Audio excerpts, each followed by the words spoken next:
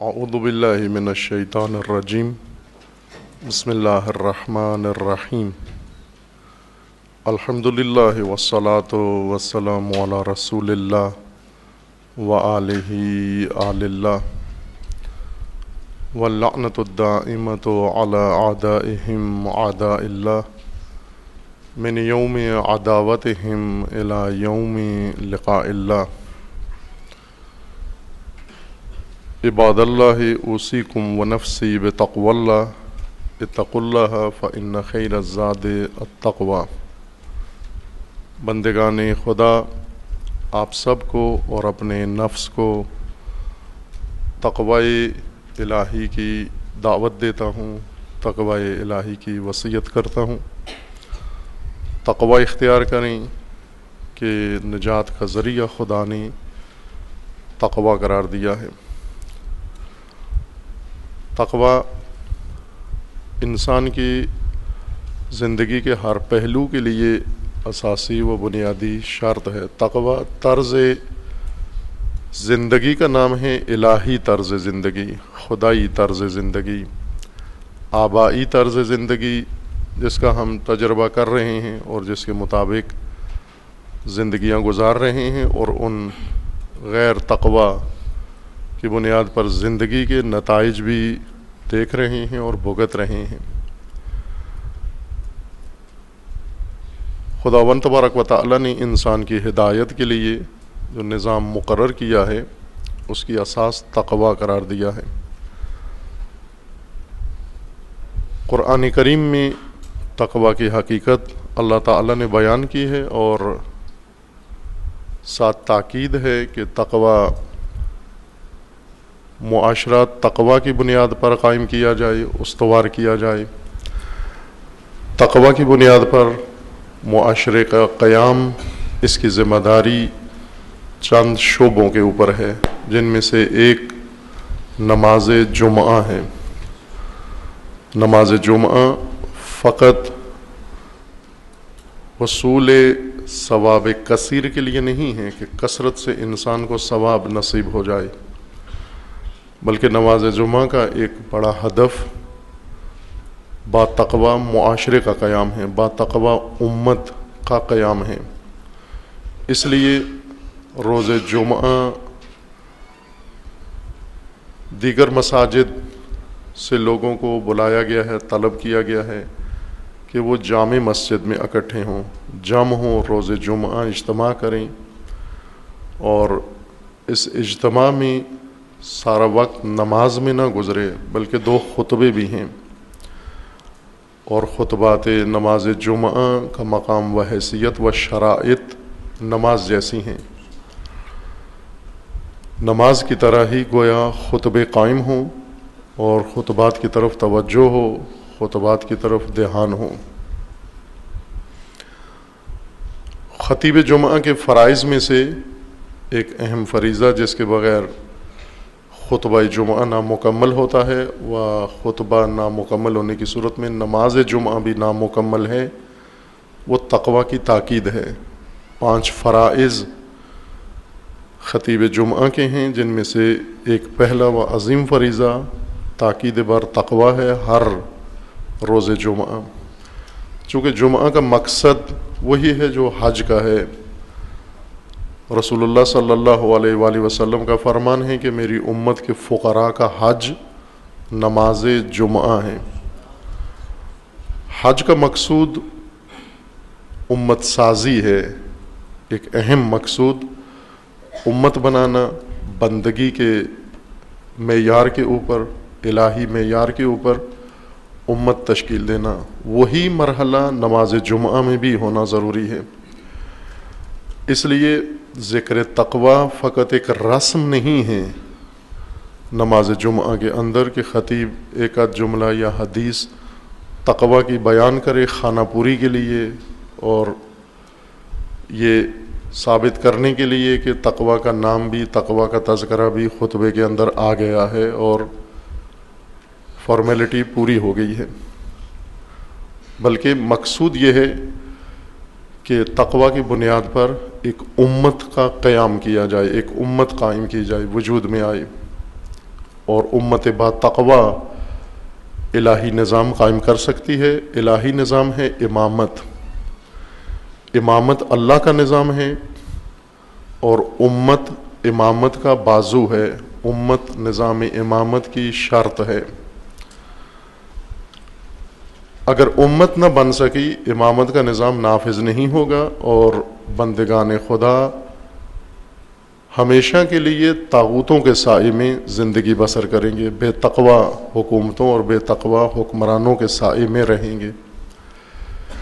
اس نکبت سے نجات کے لیے امت کی تشکیل ضروری ہے، وہ امت کی تشکیل میں بنیاد تقوی ہے۔ تقوی کے لیے اللہ تعالیٰ نے جہاں دیگر سبل بتائے ہیں، فرمائے ہیں، انبیاء کے ذریعے طریقے بتائے ہیں کہ کن طریقوں سے انسان مقام تقوی پر پہنچتا ہے، ان میں ایک اہم موقع ماہ مبارک رمضان ہے، ماہ تقوی ہے، فصل تقوی ہے، موسم تقوی ہے۔ تقوی کی فصل پھوٹتی ہے انسان کے وجود کے اندر۔ ربیع ہے ماہ رمضان، بہار ہے، ربیع قلوب مومنین و ربیع القرآن ہے۔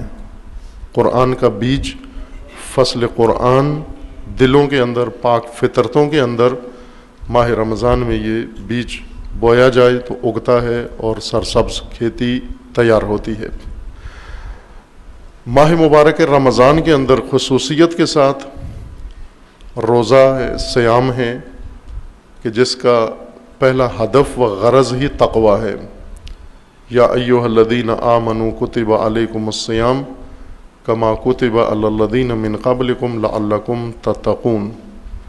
آپ پر روزہ واجب ہے، آپ سے پہلے والوں پر بھی واجب تھا، اور اس لیے واجب ہے، لازم ہے، تاکہ آپ تقوی کے مقام پر پہنچ جائیں۔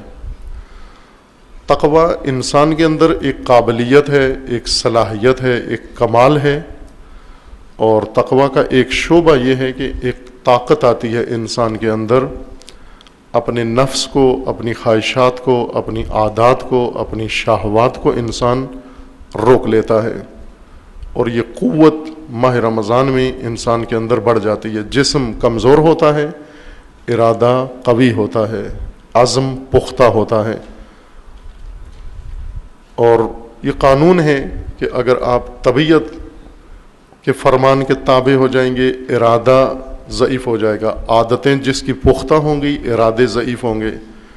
جن کے ارادے قوی ہیں ان کی عادتیں ضعیف ہیں، کمزور عادتیں ہیں ان کے اندر۔ کمزور عادتوں سے مراد یعنی عادتیں انہیں تسلیم نہیں کر سکتی، عادتوں کے تحت مجبور نہیں ہوتے، ارادے کے تحت سارے کام کرتے ہیں۔ روزے کے لیے بھی ارادہ شرط ہے، اور روزہ انسان کے ارادے کو قوی کرتا ہے، اور ارادہ و عزم تقوی انسان کے اندر پیدا کرتے ہیں۔ ماہ مبارک رمضان فصل تقوی و موسم تقوی ہے۔ اگر توجہ کے ساتھ ہو، اس فرصت کو ضائع نہ کریں، اس کو روزمرہ کی سرگرمیوں میں یا نئی عادتوں میں و رسومات میں نہ گزار دیا جائے، بلکہ یہ فرصت الہی، یہ موقع غنیمت سمجھ کر، اور جس طرح ہدایت کی گئی ہے معصومین علیہ السلام کی جانب سے، جس طرح سیرت معصومین علیہ السلام ہے ماہ رمضان کے لیے، اس طرح سے ماہ رمضان کو طے کریں۔ خصوصاً جب موسم کی شدت ہوتی ہے اور اس میں روزہ رکھا جاتا ہے، اس کی تاثیر سب سے زیادہ ہے، چونکہ روزے کا ہدف و مقصد ایسی ہی صورت میں نصیب ہوتا ہے۔ شدت و سختی انسان کو پختہ کرتی ہے، مضبوط کرتی ہے، سہولت انسان کو نرم کر دیتی ہے۔ ایک مثال وہاں بچوں کے لیے پیش کی، جوانوں کو پیش کی، وہ مثال یہ کہ اگر کچی اینٹ جب بنتی ہے، اس کچی اینٹ کو خوبصورت بنا کر اور اس کو ایئر کنڈیشن کمرے میں جا کے رکھ دیا جائے، کچی اینٹ کو کئی سال تک پڑی رہے، یہ کچی اینٹ قیامت تک پڑی رہے ایئر کنڈیشن کمرے میں کبھی بھی نہیں پکے گی، اس میں پختگی نہیں آئے گی۔ لیکن اسی کچی اینٹ کو اٹھا کے بٹی میں رکھ دیں، آگ میں رکھ دیں جا کر، اور ایک ہفتہ فقط رہے اس سختی کے اندر، یہ کچی اینٹ اتنی پک جاتی ہے کہ اس کو توڑنا مشکل ہو جاتا ہے۔ کچی اینٹ کو پانی بھی نقصان پہنچاتا ہے، لیکن پکی اینٹ انسان کو پانی کی زد سے بچاتی ہے، مضبوط دیوار بناتی ہے، اور انسان اس دیوار کے سہارے پانی سے اور آندھیوں سے، طوفانوں سے بچتا ہے۔ پکی اینٹیں انسان کو مضبوط حصار بنا کر دیتی ہیں، کچی اینٹیں انسان کو کوئی تحفظ نہیں دیتی۔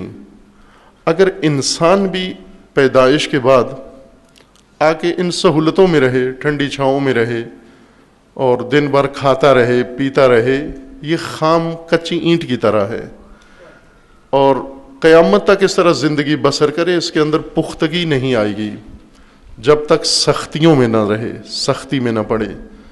روزہ ایک سختی ہے، خصوصاً گرم موسم کا روزہ سختی ہے۔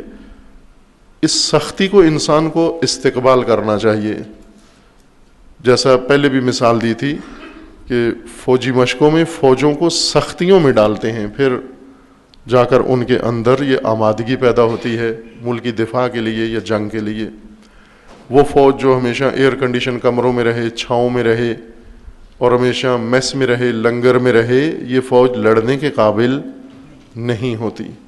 سخت فوج جو اپنے آپ کو سختیوں میں رکھے، یہ کارآمد فوج ہوتی ہے۔ امت سازی کا مرحلہ جس کی بنیاد تقویٰ ہے، اور تقویٰ کا ایک منبع ماہ رمضان و روزہ ہے، اور خصوصاً سخت روزہ، سختی کا روزہ کہ جس کے لیے استقبال کرنا چاہیے اس کا۔ سختی کا روزہ انسان کو پختہ بناتا ہے، مضبوط بنا دیتا ہے، اتنا مضبوط بناتا ہے کہ یہ انسان دوسروں کا مدافع بنتا ہے، دوسروں کا محافظ بنتا ہے، اور دین کا مدافع بنتا ہے انسان، امت کا مدافع بنتا ہے انسان اور محافظ بنتا ہے۔ لیکن جو ان سختیوں کا خوگر نہ ہو، جو ان سختیوں کا عادی نہ ہو، جو ان سختیوں کو قبول نہ کرتا ہو، وہ خام انسان ہے، کچا انسان ہے، ناقص و ادھورا انسان ہے۔ تقویٰ کے لیے یہ بہترین فرصت ہے، وہ کم رہ گئی ہے، نصف سے زیادہ یہ فرصت طے ہو گئی ہے اور کم فرصت باقی ہے۔ نصف میں پہنچ گیا ہے ماہ مبارک رمضان، اور ہم اپنا جائزہ لے لیں کہ اس نصف ماہ رمضان میں، نیمہ رمضان میں کہاں پہنچے ہم۔ تقویٰ کا اپنا جائزہ لیں، محاسبہ کریں، رمضان سے پہلے میرے اندر تقویٰ کا درجہ کیا تھا، اور ان 15 دنوں کے اندر میرے اندر تقویٰ کا درجہ کہاں پہنچا ہے۔ اگر تقویٰ نہیں پیدا ہو رہا تو اس کا مطلب ہے میں رسم روزہ ادا کر رہا ہوں، نہ حقیقت روزہ، بندگی روزہ، عبادت روزہ نہیں مجھ سے ادا ہو رہی۔ اگر میں فقط اس میں مشغول ہوں، رسم سحر و افطار میں، سحری بھی کھاتا ہوں، افطار بھی کرتا ہوں، اس سے انسان مقام تقویٰ پر فائز نہیں ہوتا۔ متقین کے لیے خداوند تبارک و تعالی نے تمام امور مقرر کیے ہیں۔ عاقبت متقین کے لیے ہے، جنت متقین کے لیے ہے، کامیابی و فوز متقین کے لیے ہے، وراثت زمین متقین کے لیے ہے، حکومت زمین کے اوپر متقین کے لیے ہے۔ ہر مقام و منزلت و مرتبہ جو اللہ تعالی نے انسان کے لیے مقرر کیا ہے، اس کو مشروط قرار دیا ہے تقویٰ کے ساتھ، اور وہ مقام مخصوص بن گیا ہے متقین کے لیے۔ سورہ مبارکہ توبہ میں بہت ساری آیات ہیں جہاں پر تقویٰ کی طرف انسان کی رہنمائی کی گئی ہے اور متقین کا مقام بیان کیا گیا ہے۔ ان میں سے ایک آیہ کریمہ سورہ مبارکہ توبہ میں آیہ نمبر 4 ہے، جس میں خداوند تبارک و تعالیٰ کا فرمانا ہے إِلَّا الَّذِينَ عَاهَدتُّم مِّنَ الْمُشْرِكِينَ ثُمَّ لَمْ يَنْقُصُوكُمْ شَيْئًا وَلَمْ يُظَاهِرُوا عَلَيْكُمْ أَحَدًا فَأَتِمُّوا إِلَيْهِمْ عَهْدَهُمْ إِلَى مُدَّتِهِمْ إِنَّ اللَّهَ يُحِبُّ الْمُتَّقِينَ۔ اس آیت کا مطلب یہ بنتا ہے کہ وہ لوگ اگرچہ مشرک ہیں لیکن انہوں نے تم سے عہد کیا ہے، کوئی پیمان کیا ہے، وعدہ کیا ہے، ثم لم ينقصوكم شيئا، اور پھر تم نے اس میں سے کسی قسم کی کمی نہیں کی، ولم يظاہروا علیکم احدا، اور ان مشرکین نے وعدہ خلافی نہیں کی اور تمہارے خلاف کسی دشمن کی مدد بھی نہیں کی، کسی دشمن کے ساتھی بھی نہیں بنے۔ فَأَتِمُّوا إِلَيْهِمْ عَهْدَهُمْ، ان مشرکوں کے ساتھ بھی اپنا عہد پورا کرو، آپ نبھاؤ، عہد پورا کرو آپ۔ إِلَى مُدَّتِهِمْ، جتنی مقررہ مدت تھی، طے مدت تھی، اس مدت کے لیے ان کے ساتھ اپنا عہد وفا کرو تم۔ ان اللہ یحب المتقین، خدا متقیوں کو پسند کرتا ہے۔ اس آیا کا مطلب یہ ہے، عہد ذمہ داری کو کہتے ہیں۔ عہد کا مطلب یہ ہوتا ہے کہ انسان اپنے ذمہ کوئی چیز لے، یا کسی کے ساتھ مذاکرات میں، بات چیت میں یہ عہد کر لے کہ آپ یہ کام کرو، میں یہ کام کروں گا، اسے بھی عہد کہتے ہیں۔ آپ مجھے یہ چیز دیں، میں آپ کو یہ چیز دیتا ہوں، یہ عہد ہے انسان کا۔ تقوی کے حصول میں مؤثر عوامل میں سے ایک عہد ہے۔ بے عہد انسان، بد عہد انسان اور عہد شکن انسان کبھی متقی نہیں ہو سکتا۔ عہد کی اتنی اہمیت ہے کہ قرآن کا فرمانا ہے اس آیہ شریفہ میں، آیہ 4 میں سورہ توبہ میں، کہ اگر تم نے مشرک کے ساتھ بھی عہد کیا ہے اسے وفا کرو، اسے پورا کرو۔ اگر مشرک نے نہیں توڑا، اگر مشرک تمہارا دشمن نہیں، دشمنی نہیں کر رہا، فقط نظریاتی طور پر، دینی طور پر تمہارا حامی نہیں ہے، وہ نہیں مانتا، اللہ پہ نعوذ باللہ اس کا ایمان نہیں ہے، قیامت پہ نہیں ہے، لیکن آپ کے ساتھ دشمنی نہیں برت رہا، اپنی زندگی بسر کر رہا ہے، اور آپ سے اس نے کوئی معاہدہ کیا ہے، آپ اسے پورا کرو۔ مشرک کے ساتھ بھی اپنا عہد پورا کرو۔ عہد کی وفا انسان کو با تقوی بناتی ہے، اور خدا متقیوں کو پسند کرتا ہے۔ اللہ کی پسندیدہ مخلوق با تقوی لوگ ہیں۔ ایک اور آیہ کریمہ ہے قرآن کریم میں، ظاہراً سورہ انعام میں ہے، اس کا مضمون یہ ہے کہ خداوند تبارک و تعالیٰ کی ناپسندیدہ ترین مخلوق، سب سے ناپسند مخلوق خدا کو وہ لوگ ہیں جو اپنا عہد پورا نہیں کرتے۔ شر الدواب، ان کو قرآن نے کہا ہے سب سے بدترین رینگنے والے، انسان بھی نہیں کہا، سب سے بدترین رینگنے والے، سب سے بدترین زمین پہ چلنے والے، سب سے بدترین حشرے زمین کے مراد انسان ہیں۔ یہ سب سے بد کیوں ہیں؟ چونکہ اپنا عہد پورا نہیں کرتے۔ عہد یا کرتے ہی نہیں ہیں، یا عہد کر کے اسے پورا نہیں کرتے۔ یہ شر الدابہ ہیں، یہ شر الدواب ہیں، یہ بدترین مخلوق ہیں، ناپسندیدہ ترین مخلوق ہیں۔ شر الدواب عند اللہ، اللہ کے نزدیک سب سے بدترین شر دابہ یہ ہے۔ انسان کو اگر پوچھیں سب سے بدترین حشرہ کیا ہے تو یہ کہتا ہے لال بیگ، کاکروچ، بڑ، بچھو، سانپ، یہ انسان کے نزدیک بدترین مخلوقات ہیں، لیکن اللہ کے نزدیک وہ انسان بدترین مخلوق ہے جو اپنا عہد پورا نہیں کرتا۔ یہ سب سے بدترین مخلوق ہے، یہ ناپسندیدہ ہے اللہ کو۔ عہد کی وفا انسان کو با تقوی بناتی ہے، تقوی کے مقام پر انسان کو پہنچاتی ہے۔ دوسری آیت بھی اسی مضمون سے منسلک ہے اور مربوط ہے، آیہ نمبر 7 سورہ توبہ کی۔ کیف یکون للمشرکین عہد عند اللہ وعند رسولہ،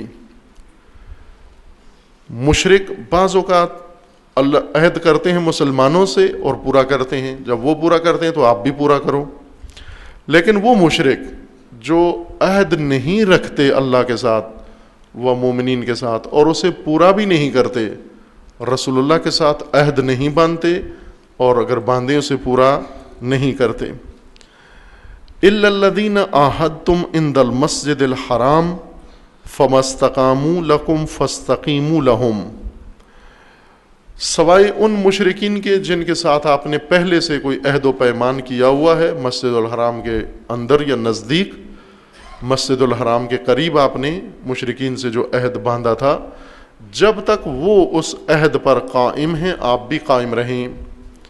ان اللہ یحب المتقین، خدا متقیوں کو پسند کرتا ہے۔ اس آیت کا مطلب یہ ہے کہ آپ نے اگر عہد باندھا ہے، اگرچہ مشرک کے ساتھ ہی باندھا ہے، جب تک مشرک اپنے عہد پر باقی ہے آپ بھی باقی رہو، اور عہد وفا کرنا تقوی ہے اور اللہ با تقوی انسانوں کو پسند کرتا ہے۔ خدا کی پسندیدہ ہستیاں با تقوی لوگ ہیں، متقی لوگ ہیں۔ ہم خود ساختہ خدا کے لاڈلے نہ بنیں، ہم خود سے اپنی زبانی خدا کے پیارے اور چہیتے نہ بنیں، جس طرح سے ہو جاتا ہے۔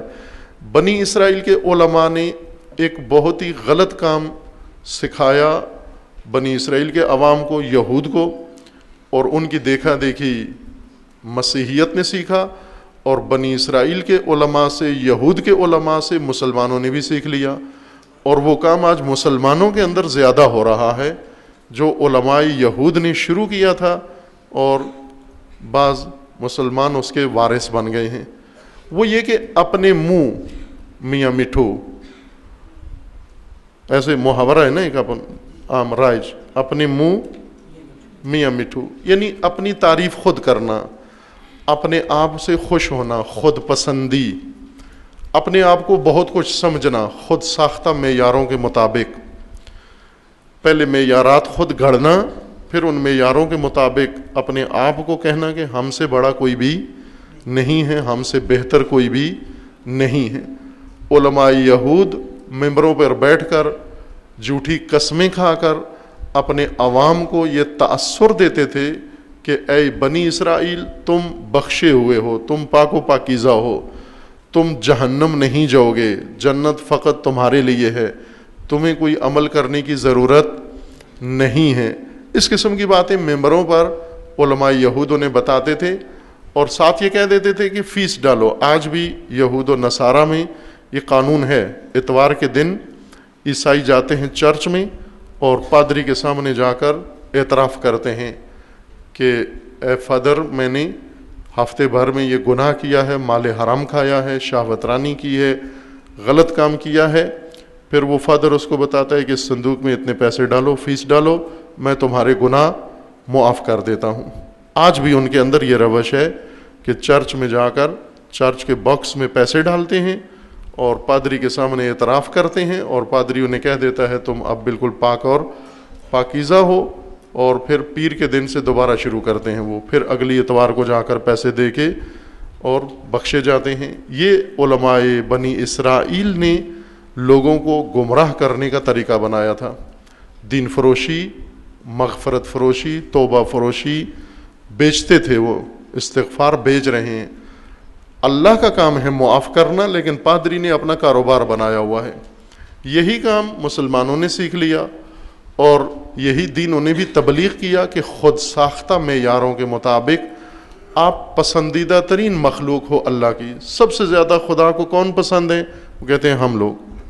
اللہ سب سے زیادہ ہمیں پسند کرتا ہے۔ ایسے نہیں ہے عزیزمان۔ اللہ تعالیٰ نے قرآن کریم میں صراحت کے ساتھ بیان کیا ہے خدا کے پسندیدہ کون ہیں۔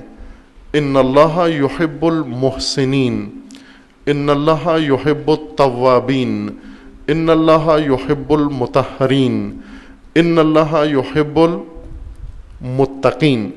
یہ پسندیدہ چیزیں مخلوق ہیں، یہ پسندیدہ لوگ ہیں اللہ تعالیٰ کے۔ خدا متقیوں کو پسند کرتا ہے، خدا توبہ کرنے والوں کو پسند کرتا ہے، اللہ پاکیزہ رہنے والوں کو پسند کرتا ہے، خدا صاحبان احسان کو پسند کرتا ہے۔ یہ پسندیدہ ہیں۔ اگر ہیں آپ اس طرح کے متقی ہیں، خوب آپ فخر کریں و شکر کریں کہ پسندیدہ ہیں ہم خدا کے، لیکن اگر باتقوا نہیں ہیں اور کسی جعلی معیار کے تحت اپنے بارے میں گمان ہو رہا ہے، شبہ ہو رہا ہے کہ ہم اللہ تعالیٰ کے پسندیدہ مخلوق ہیں، یہ اشتباہ ہے۔ یہ سورہ توبہ میں آیت 36 میں بھی خداوند تبارک و تعالیٰ نے اسی متقین کے ذکر کو تکرار فرمایا ہے۔ ان عدت الشہور عند اللہ 12 شہرا فی کتاب اللہ، اللہ کے نزدیک مہینے 12 ہیں، 12 مہینے ہیں۔ عدت یعنی تعداد، عدد مہینوں کا خدا کے ہاں 12 مہینے ہیں قمری بنیاد پر۔ شمسی مہینے چونکہ قرآن کریم نے ان مہینوں کا ذکر کیا جو چاند کے لحاظ سے بنتے ہیں، لیکن انسانوں نے، ہر بستی میں ثقافت والوں نے مہینوں کا حساب سورج کے حساب سے رکھا ہوا ہے، یا کسی واقعہ کے حساب سے رکھا ہوا ہے، یا کسی حادثے کے حساب سے رکھا ہوا ہے۔ جیسے ولادت حضرت مسیح ایک سال کا آغاز ہے، بنیاد ہے کہ جب سے مسیح پیدا ہوئے ہیں تو سال شروع ہوا ہے، اور اس وقت سے چلتے چلتے ابھی 2015 ہو گئی ہے۔ خوب 2015 کس چیز کو گزرے ہیں؟ 2015 سال حضرت عیسیٰ کی ولادت کو 2015 سال ہو گئے ہیں۔ اور دوسری طرف سے ہے 1436 ہجری، یعنی ہجرت رسول اللہ کو 1436 سال گزر گئے ہیں۔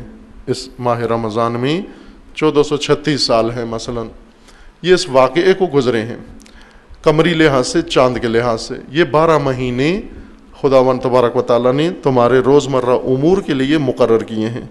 یوم خلق السماوات والارض منہا 4 حرم، ان 12 مہینوں میں سے 4 حرام مہینے ہیں، 4 حرمت والے مہینے ہیں، 4 احترام والے مہینے ہیں۔ ان 4 مہینوں کا احترام ہے، آپ ان کا احترام کریں گے۔ اشہر حرم یا ماہ حرام جن کو کہا جاتا ہے۔ ذالک الدین القیم، یہ دین استوار ہے، یہ دین قیم ہے، یہ سیدھا دین ہے، قیم دین ہے، استوار دین ہے خدا کا، جس میں کوئی کجی نہیں ہے، جس میں کوئی انحراف نہیں ہے، جس میں کوئی ٹیڑھا پن نہیں ہے۔ فلا تظلموا فیہن انفسکم، پس ان مہینوں میں، خصوصاً ان 4 مہینوں میں آپ نے کوئی ظلم نہیں کرنا۔ وقاتل المشرکین کافہ، مشرکین کو قتل کرو آپ۔ کون سے مشرک؟ جو تمہارے دشمن ہیں، جو تمہارے ساتھ دشمنی برت رہے ہیں، تمہیں ختم کرنے کے منصوبے بناتے ہیں، جنگیں لڑتے ہیں تمہارے خلاف اور مسلمانوں کی نابودی کے در پہ ہیں، تم بھی ان کو جنگ کر سکتے ہو۔ کما یقاتلونکم کافہ، جس طرح وہ تمہارے قتل عام پہ کمر بستہ ہیں اور لشکر بنا کر تمہارے اوپر جنگیں ٹھونستے ہیں، تم مقابلہ کرو ان کا اور قتال کرو ان کے ساتھ۔ وَاعْلَمُوا أَنَّ اللَّهَ مَعَ الْمُتَّقِينَ، اور یاد رکھو کہ خدا متقیوں کے ساتھ ہے۔ اپنی مخلوق میں سے، اپنے بندگان میں سے فقط باتقوی لوگوں کے ساتھ ہے خدا، باقیوں کے خدا نہیں ہیں۔ بھلے ان کو راشن دیتا ہے لیکن ان کے ساتھ نہیں ہیں۔ آپ یہ جملہ سنتے بھی ہیں، استعمال بھی کرتے ہیں، بیان بھی کرتے ہیں، فلاں ہمارے ساتھ ہیں۔ مثلا سیاست میں جب ووٹنگ کا مسئلہ آتا ہے تو آپ یا سیاسی پارٹیاں بیان دیتے ہیں، کینڈیڈیٹ فلاں بھی ہمارے ساتھ ہے، فلاں بھی ہمارے ساتھ ہے۔ مثلا فرض کریں کہ ایک شخص ہے، سیاست میں ہے اور اس کی زمین ہے، زمین پہ اس کے مزارے ہیں یا اس کی فیکٹری ہے، اس میں ملازمین ہیں یا اس کا اپنا قبیلہ ہے جو اس کے رشتہ دار ہیں، یہ لوگ اس کے ماتحت ہیں، انہیں کھانا کھلاتا ہے، انہیں راشن دیتا ہے، انہیں تنخواہیں دیتا ہے، لیکن انتخابات میں یہ لوگ اس کے ساتھ نہیں ہیں۔ تنخواہ یہ دے رہا ہے ان کو لیکن یہ اس کے ساتھ نہیں ہیں، مدد کرتا ہے لیکن ساتھ نہیں ہے۔ اللہ تعالی راشن سب کو دے گا چونکہ خدا رب ہے۔ اللہ کا رب ہونا الگ مطلب ہے اور خدا کا ہمراہ ہونا، ساتھ ہونا، یہ الگ بات ہے۔ خدا سب کا رب ہے، رب العالمین ہے، کافر کا رب ہے، منافق کا رب ہے، مومن کا رب ہے، منکر کا رب ہے، دشمن کا رب ہے، مخلوقات کا رب ہے، حشرات کا رب ہے، پرندوں کا رب ہے، چرندوں کا رب ہے، زمینوں کا رب ہے، آسمانوں کا رب ہے، ہر چیز کا رب ہے۔ رب کا مطلب یہ کہ خدا نے ان کو بنایا ہے تو انہیں پالنا بھی خدا کا کام ہے، ان کی پرورش بھی خدا کا کام ہے، انہیں ضروریات حیات دینا یہ اللہ کا کام ہے، اور خدا دیتا ہے۔ خالق بھی خدا ہے، اللہ ہے، رازق بھی اللہ ہے، رب بھی اللہ ہے ان کا۔ پس خدا رب ہے سب کا، لیکن یہ رب کو رب مانے یا نہ مانے پھر بھی رب وہی ہے ان کا۔ کچھ لوگ ہیں ممکن ہے یہ کہیں کہ اللہ نہیں ہمارا رب، بت ہمارا رب ہے، جانور ہمارا رب ہے، درخت ہمارا رب ہے، مورتی جو خود بناتے ہیں وہ کہتے ہیں اس سے ہمیں شفا ملتی ہے، درختوں سے ہمیں شفا ملتی ہے، جانوروں سے ہمیں شفا ملتی ہے۔ ایسے بہت سارے جانور ہیں، انسان کا عقیدہ ہے کہ ان سے شفا ملتی ہے۔ اب ہندوستان میں گائے شفا دیتی ہے، اور میکسیکو میں گدھا مقدس ہے۔ جتنی یہاں گائے مقدس ہے اتنا وہاں پر گدھا مقدس ہے۔ گدھے کو چومتے ہیں، اسے مس کرتے ہیں، تبرک کرتے ہیں، بیمار کو گدھے سے ٹچ کرتے ہیں تاکہ بیمار کو شفا مل جائے۔ وہ گدھا بھی ہنستا ہے کہ تم تو بڑے آگے مجھ سے لگتے ہو۔ یہ لطیفہ کہہ لیں، جوک کہہ لیں اس کو، کہ ایک شخص گدھے پہ بیٹھا ہوا جا رہا تھا سوار ہو کر، راستے میں گدھے نے خدا سے باتیں کرنا شروع کر دیں اپنی زبان میں۔ گدھے نے اللہ سے مناجات شروع کر دی اور یہ کہا کہ پروردگارا تو رب ہے، کریم ہے، تیرا حکم ہے، میں تیرے سامنے تسلیم ہوں، تو نے مجھے جو بنایا ہے مجھے قبول ہے، لیکن پروردگار تو خود مشاہدہ فرما، ملاحظہ فرما، یہ جو میرے اوپر بیٹھا ہوا ہے یہ تو مجھ سے بھی گیا گزرا ہے، یہ تو مجھ سے بھی بدتر ہے، یہ دو ٹانگوں والا جو میرے اوپر سوار ہے، میں گدھا ہوں قبول ہے، لیکن یہ تو مجھ سے بھی زیادہ گیا گزرا ہے۔ تو اے پروردگار کریم، جو مجھ سے بھی گیا گزرا ہے وہ میرے اوپر سواری لے رہا ہے اور میں اس کو اٹھا کر گھوم رہا ہوں، اب کیا یہ نہیں ہو سکتا کہ میں اس کے اوپر بیٹھ جاؤں؟ چونکہ وہ مجھ سے زیادہ گیا گزرا ہے، وہ نافہمتر ہے مجھ سے، اس کو کوئی سوجھ بوجھ نہیں ہے، تو یوں بھی ہو سکتا تھا کہ میں اس کے اوپر سوار ہوتا، وہ مجھے لے کر جا رہا ہوتا۔ جانور ہیں، کتنی جگہوں پر بندر مقدس ہیں، بندروں سے شفا لیتے ہیں۔ پرندے ایسے مقدس پرندے ہیں، یہ گدھ جو لاشخور ہے، لاشیں کھاتا ہے، مجوسیوں کے ہاں یہ مقدس پرندہ ہے گدھ، بہت ہی منوی پرندہ ہے کہ گدھ کے ذریعے وہ بہت سارے کام اپنے انجام دیتے ہیں۔ جس کو بھی انسان ممکن ہے درختوں سے جا کر کہے کہ یہ میرے رب ہیں، یہاں سے رزق ملتا ہے، لیکن دیتا پھر بھی خدا ہی ہے۔ اس رزق کو بھی رب خدا، اس درخت کا بھی خدا رب ہے، اور جو درخت کے سامنے جھکا ہوا ہے اس کا رب بھی خدا ہے۔ ربوبیت کے لیے رب کو ماننا ضروری نہیں ہے، نہ بھی مانے تو بھی وہ رب ہے، لیکن اللہ ساتھ ہے، معا ہے۔ معیت کے لیے تقوی شرط ہے، ربوبیت کے لیے تقوی شرط نہیں ہے۔ بے تقوی ہو تو بھی اللہ رب ہے، با تقوی ہو تو بھی اللہ رب ہے۔ غلہ ملتا رہے گا تجھے، غلے کی پرواہ نہ کر۔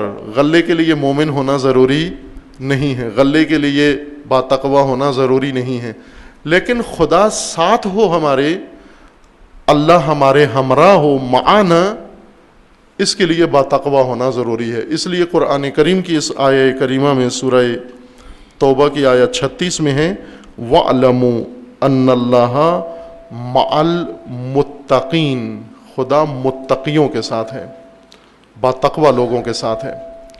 جس طرح قرآن کریم میں اللہ تعالیٰ نے ذکر فرمایا ہے کہ خدا رسول کے ساتھ ہے، اور جس کے ساتھ خدا ہو وہ غالب ہے۔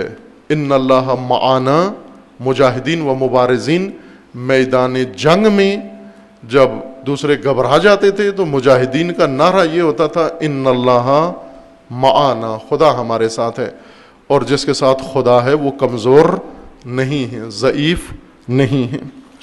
سورہ توبہ کی آیت 40 میں اللہ تعالیٰ نے اس مطلب کو پھر ذکر فرمایا ہے کہ جب یہ ہجرت کا واقعہ ہے، جب رسول اللہ صلی اللہ علیہ وآلہ وسلم کو اہل مکہ نے ستایا، تنگ کیا اور میدان تنگ کر لیا، اس وقت رسول اللہ حکم الہی سے ہجرت کی مدینہ کی جانب. الا تنصروہ فقد نصرہ اللہ، اگر تم نے رسول کی مدد نہیں کی تو خدا نے کی ہے.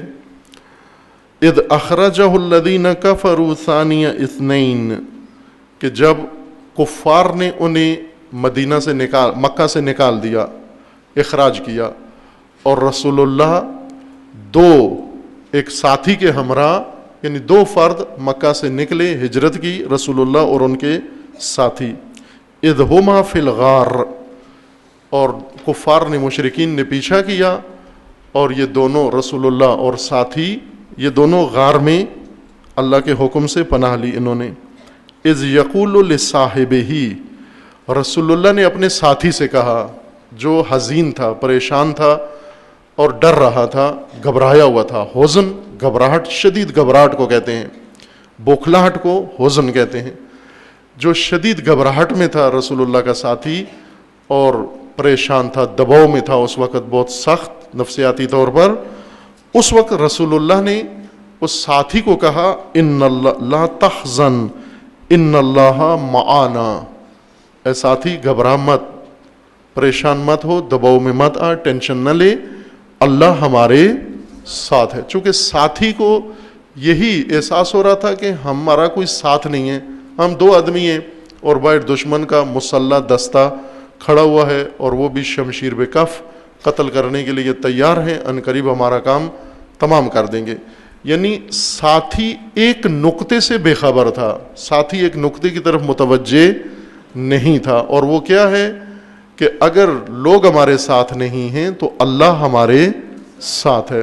اور اللہ جب کسی کے ساتھ ہو تو عوام کا ساتھ اور اللہ کا ساتھ، بعض لوگ عوام کا سہارا لیتے ہیں، عوام ہمارے ساتھ ہیں، جیسے جمہوریت میں ہے عوام زدہ لوگ، یا جن کے رب عوام ہیں، جو عوام کو اپنا رب سمجھتے ہیں، عوام کو اپنا ساتھ ملانا چاہتے ہیں، عوام کو اپنے لیے ساتھ رکھنے کو کامیابی سمجھتے ہیں، اور عوام کے ساتھ کو اپنے لیے حقانیت کی دلیل سمجھتے ہیں. چونکہ عوام ہمارے ساتھ ہیں، یہ ناکام ہو جاتے ہیں، یہ رسوا ہو جاتے ہیں. جو عوام کو اپنے ساتھ رکھتے ہیں کہ ان العوام معانا، عوام لوگ ہمارے ساتھ ہیں. خوب، یہ لوگ جو تمہارے ساتھ ہیں، انہی لوگوں کے ہاتھوں خدا انہیں رسوا بھی کر دیتا ہے، انہی کے ہاتھوں شکست بھی ہوتی ہے، انہی کے ہاتھوں انسان عبرتناک نمونہ بن جاتا ہے، دوسروں کے لیے عبرت کا نمونہ بن جاتا ہے. لیکن جو اللہ کو اپنے ساتھ سمجھتے ہیں، خدا ان کے ساتھ ہے، بے شک لوگ نہ ساتھ ہوں، عوام ساتھ نہ ہوں. رسول اللہ کے ساتھ لوگ نہیں تھے مکہ کے، لیکن اللہ ساتھ تھا. چونکہ خدا ساتھ ہے، عوام ساتھ نہیں ہیں، اس لیے خدا نے رسول اللہ کو کامیابی دے دی، غلبہ دے دیا، مکہ پر بھی غلبہ دے دیا، مدینہ پر بھی غلبہ دے دیا، اور پھر پورے عالم پر انشاءاللہ اللہ کا وعدہ ہے کہ رسول اور رسول کے دین کو پورے عالم پر، ادیان پر غلبہ ملنا ہے. کیوں؟ کہ جب تک رسول کا یہ اعتقاد ہے کہ اللہ ہمارے ساتھ ہے. لیکن جو عوام کو ساتھ رکھ کے یہ مقامات حاصل کرنا چاہتے ہیں، انہی عوام کے ہاتھوں رسوا ہوتے ہیں. یہاں ایک واقعہ ہے جو ایک بہت ہی موثق ذریعے سے میں نے ایک واسطے سے سنا ہے کہ امام خمینی رضوان اللہ تعالی علیہ انقلاب کی کامیابی کے بعد جب واپس آئے، ایران تشریف لائے، انقلاب کامیاب ہوا، ابتدائی ایام انقلاب میں امام کو ایک دفعہ ایک اپنا پرانا ساتھی ملا، انقلابی ساتھی جو 15 سال پہلے امام کے ہمراہ ایران میں مبارزہ کر رہے تھے اور انقلابی تحریک چلا رہے تھے. 15 سال بعد امام کو وہ ساتھی نظر آیا. امام نے اسے بلایا اور بات کی کہ یاد دلایا. انہوں نے مبارک دی امام کو کہ آغا مبارک ہو آپ کو انقلاب کی کامیابی.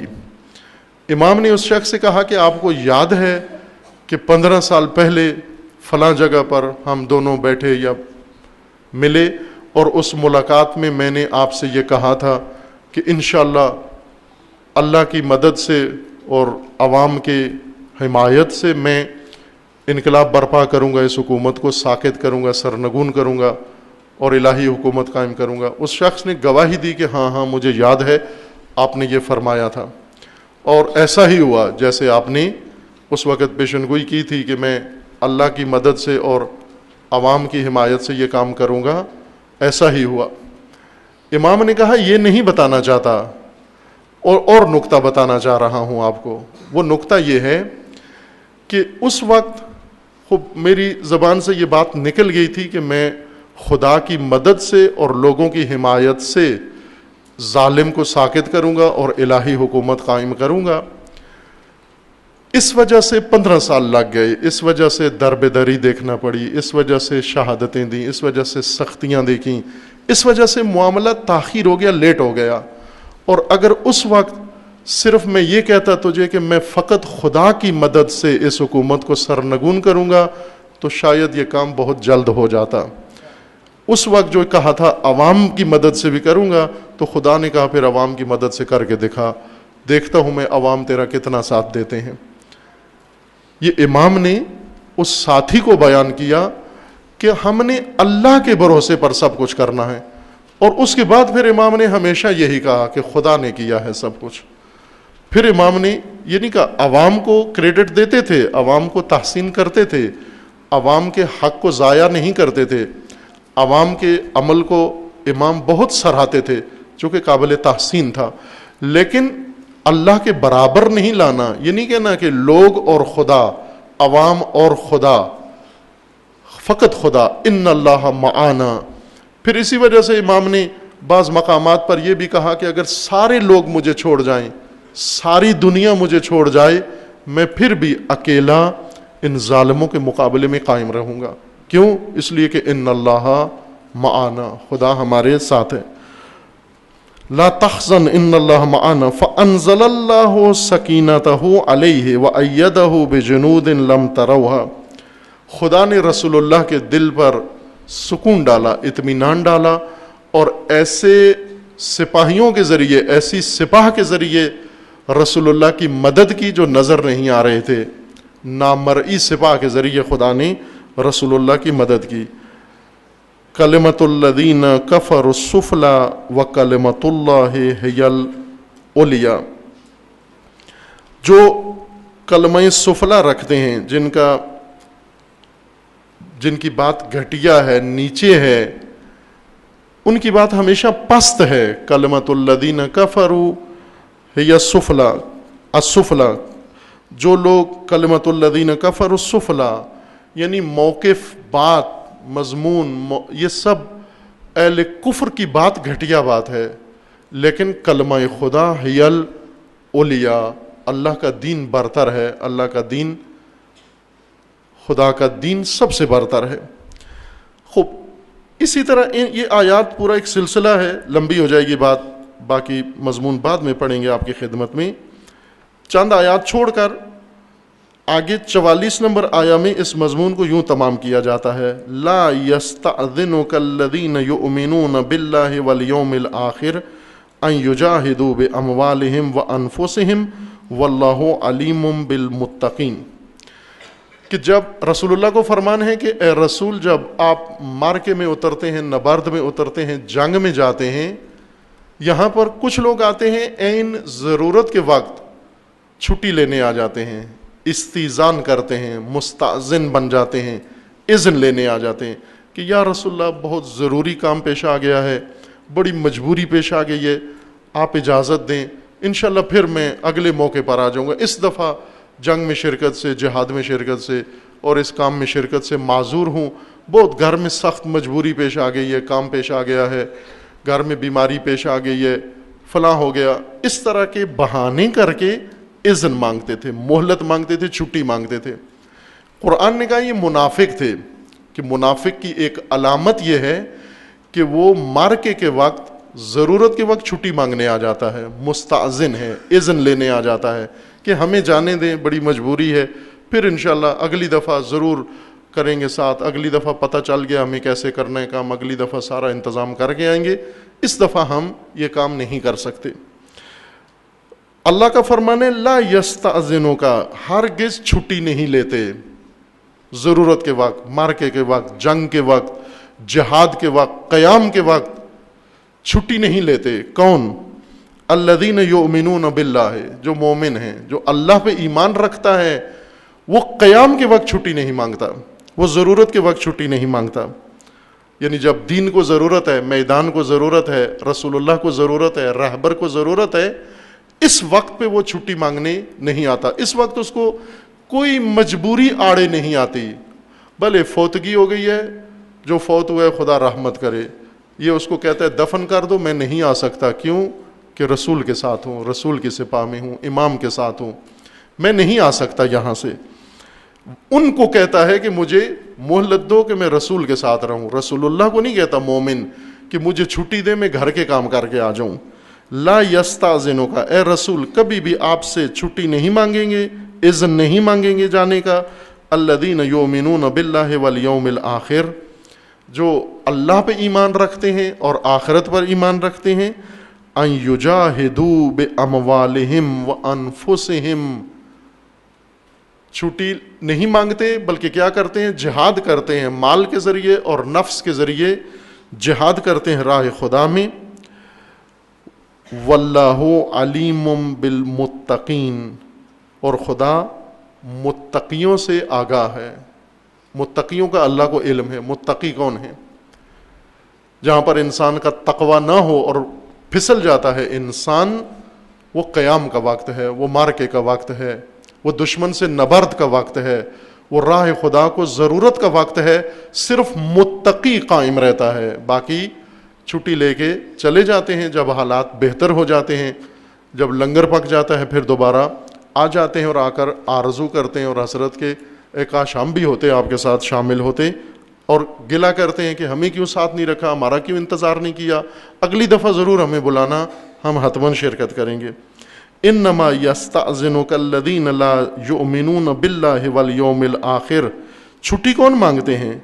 چھٹی انما یستأذنک، اے رسول آپ سے اذن، چھٹی وہ مانگیں گے جن کا نہ اللہ پر ایمان ہے نہ آخرت پر ایمان ہے، وارتابت قلوبہم، جن کے قلوب میں شک ہے، جن کے دلوں میں تردید ہے، یقین نہیں ہے، فہم فی ریبہم یترددون، وہ ایسے ہی سرگردان، کنفیوز، مردد اور شک و ریب میں رہیں گے عمر بھر، کبھی بھی ان کے دلوں کے اندر یقین داخل نہیں ہوگا۔ کون رہتے ہیں جو رسول اللہ کے ہمراہ ہمیشہ ہیں، ساتھ نہیں چھوڑتے؟ جو اہل یقین ہیں، اور وہی باتقویٰ ہیں، اور باتقویٰ لوگ خدا کے پسندیدہ ہیں۔ انشاءاللہ خداوند تبارک و تعالی ہم سب کو اس ماہ قیام میں، ماہ قرآن میں، ماہ سیام میں، ماہ تقویٰ میں پروردگار ہمیں مقام تقویٰ تک پہنچنے کی توفیق عطا فرمائے انشاءاللہ، اور خداوند تبارک و تعالی ان اعمال صالحہ کے اندر خلوص و اخلاص عطا فرمائے انشاءاللہ۔ اعوذ باللہ من الشیطان الرجیم، بسم اللہ الرحمن الرحیم۔ انا اعطیناک الکوثر فصل لربک وانحر ان شانئک هو الابتر۔ صدق اللہ۔ اعوذ باللہ من الشیطان الرجیم، بسم اللہ الرحمن الرحیم۔ الحمدللہ والصلاة والسلام علی رسول اللہ وآلہ آل اللہ، لا سیما علی امیر المؤمنین علی ابن ابی طالب علیہ الصلاۃ والسلام،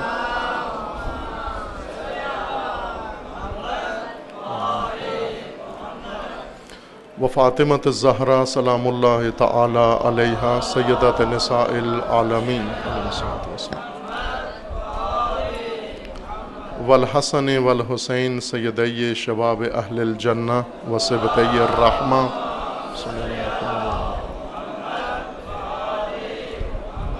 وعلی ابن الحسین علیہم الصلاۃ والسلام،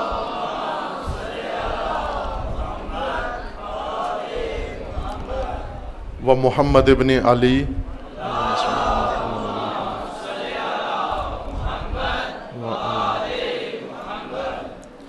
وجعفر ابن محمد،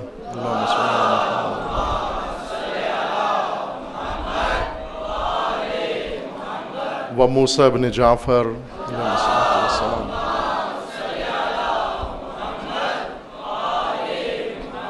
و علی ابن موسیٰ علیہ السلام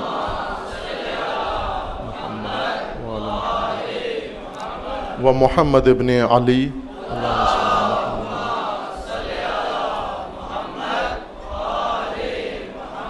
و علی ابن محمد اللہم صل علی محمد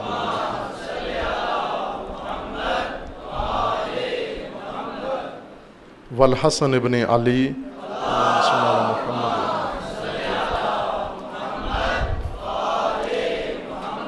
والحجت ابن الحسن القائم المہدی علیہ الصلاۃ والسلام حجج اللہ علی عبادہ و امناؤہ فی بلادہ واللعن علی اعدائہم اجمعین من الآن الی قیام یوم الدین عباد اللہ اوصیکم و نفسی بتقوی اللہ اتقوا اللہ فإن خیر الزاد التقوی۔ بندگان خدا، آپ سب کو اور اپنے نفس کو تقوی الہی کی وصیت کرتا ہوں، دعوت دیتا ہوں۔ تقوی اپنائیں زندگی کے ہر شعبے میں، ہر عمل میں، ہر موقع پر، اور خصوصاً اس ماہ شریف و مبارک میں جو ماہ تقوی و ماہ رستگاری ہے۔ آج ولادت با سعادت حضرت امام حسن مجتبیٰ علیہ السلام ہیں۔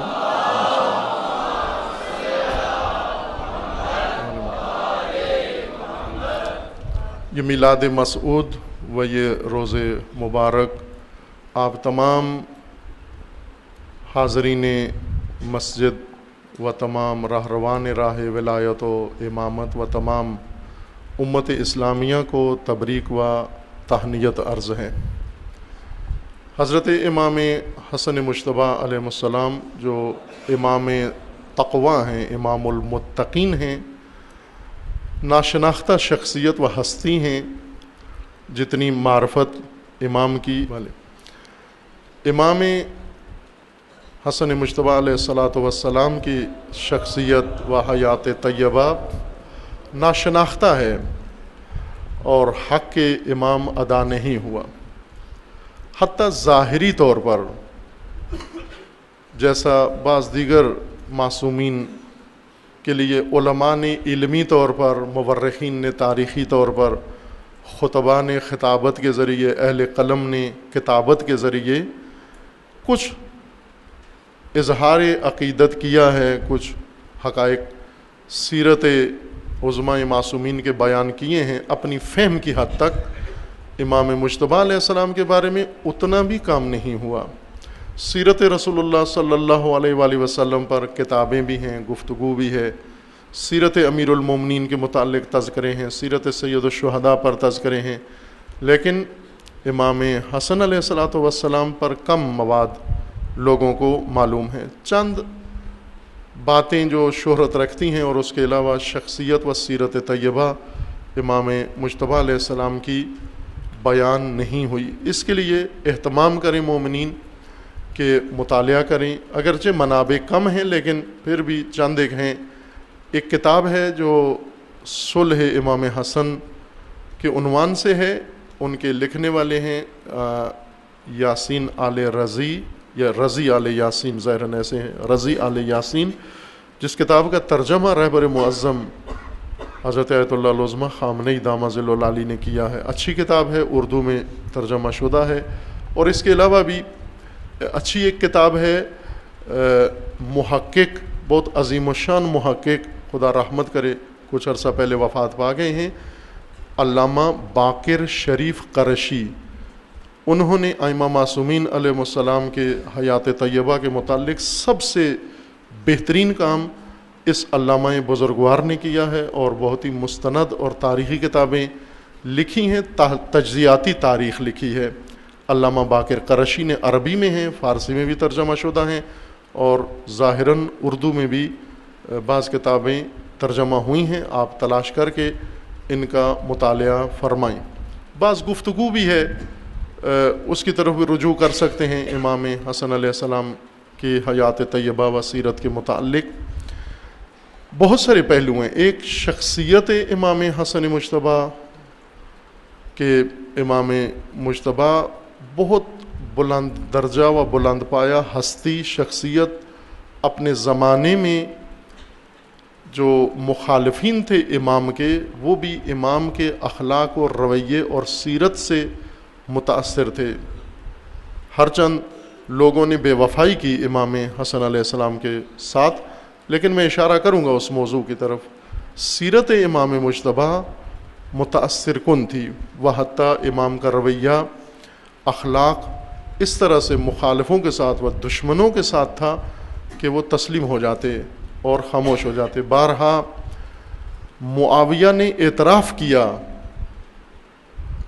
برتری و عظمت امام حسن مجتبیٰ کا کہ بڑی محفل کے اندر اس کے طرفداروں میں سے کسی نے کوئی بات کی یا کسی ایسی نشست میں، اور امام علیہ السلام کا رویہ و اخلاق اعلیٰ وہاں تعریف کیے بغیر نہیں. شرمندگی اٹھانا پڑی مخالفین کو بارہا امام مجتبیٰ علیہ السلام کے سامنے. امام مجتبیٰ کا جو لقب ہے معروف اہل بیت کے زبان مبارک سے بیان ہوا ہے وہ ہے کریم اہل البیت. کریم اہل البیت یہ اختصاصی لقب امام مجتبیٰ علیہ السلام کا ہے. اس کا میں تھوڑا سا اشارہ دے دوں، وقت نہیں، خطبے کا وقت محدود ہوتا ہے، لیکن آپ عظمت شخصیت امام مجتبیٰ علیہ السلام کی طرف متوجہ ہوں گے کہ ایک اور ہستی اسی خاندان سے ہے، اہل بیت کے بزرگ حضرت عبد المطلب جو جد اعلیٰ ہیں اہل البیت کے. ان کا بھی لقب و شہرت کریم تھی. ان کو کریم عرب کہتے تھے. کریم عرب امام مجتبیٰ کو کہتے تھے کریم اہل البیت. کریم ہم نام بھی رکھتے ہیں، بعض لوگوں نے اپنا نام رکھا ہوا ہے اور زیادہ استعمال ہوتا ہے، لیکن معنی توجہ نہیں کرتے ہم کہ کریم کا معنی کیا ہے. زیادہ سے زیادہ کچھ لوگ اگر متوجہ ہوں بھی تو انہیں کہتے ہیں کرم کرنے والا. کریم یعنی مہربان، کرم کرنے والا. عربی زبان میں اور عربی کلچر میں سب سے اعلیٰ صفت انسان، سب سے عظیم درجہ جس سے اوپر اور عربوں کے ہاں مقام تصور نہیں کیا جا سکتا، جب کوئی مقام ایسا شخص اس مقام پہ پہنچتا ہے عرب اس کو کریم کہتے ہیں. جب کریم کہہ دیں تو آپ سمجھیں کہ یہ بے نظیر انسان ہے، اس کے اندر ساری صفات موجود ہیں. کریم اس کو کہتے ہیں جس کے اندر بخشش ہے، جس کے اندر عفو و درگزر ہے، جس کے اندر شرح صدر ہے، جس کے اندر حلم ہے، تحمل ہے، جس کے اندر علم ہے، آگاہی ہے، معرفت ہے، بردبار ہے اور بامروت ہے. ان ساری صفات کے مجموعے کو عرب کرم کہتے ہیں، اور جس کے اندر یہ صفت ہو اسے کریم کہتے ہیں. جب کہا جاتا ہے یہ کریم انسان ہے پھر اس کے بارے میں اور کچھ بھی نہیں پوچھتے تھے، یہ کریم ہے، بس بات آسان ہے. جس طرح بعض شعراء نے اس مطلب کو ذکر بھی کیا ہے کہ ہیمگو مرا با این شاہ کار نیست. ملا رومی کا شعر ہے، ہیمگو مرا با این شاہ کار نیست با کریمن کارہا دشوار نیست. با کریمن کارہا دشوار نیست، یعنی یہ نہ کہو بار بار کہ مجھے اس سے کوئی کام نہیں ہے، میں نے نہیں جانا ان کے ساتھ، پتہ نہیں کیا کریں گے میرے ساتھ. بلکہ جب کریم کے ساتھ انسان کا پالا پڑتا ہے تو معاملات بہت آسان ہو جاتے ہیں. کریم بہت برتر شخصیت، بہت اعلیٰ ہستی، جس کا سینہ اتنا بڑا ہے کہ اس کے اندر ہر ایک کی جگہ ہے، دوست کی بھی جگہ ہے، دشمن کی بھی جگہ ہے، مخالف کی بھی جگہ ہے. وہ اتنا تنگ دل نہیں ہے کہ اس کے اندر اپنوں کی بھی جگہ نہ ہو، بیگانوں کو تو چھوڑ دیں، اپنوں کی بھی جگہ نہ ہو، تنگ دل نہیں ہوتا. کریم وسعت صدر کا مالک، وسعت ظرفی کا مالک، اعلیٰ شخصیت کا مالک، عفو و درگزر کرنے والا. اور یہ نمونے امام حسن علیہ السلام کے بارہا لوگوں نے مشاہدہ کیے. آپ بخشش امام حسن کا نمونہ یہ ہے جو عرض کیا کہ کم بیان ہوتا ہے، حتیٰ یہ ظاہری فضائل ذاکرین بھی کم پڑھتے ہیں، اس کے بجائے کچھ ایسی من گھڑت چیزیں پڑھ دیتے ہیں خود بنا کر، اور جو حقائق تاریخی ہیں وہ نہیں پڑھ سکتے۔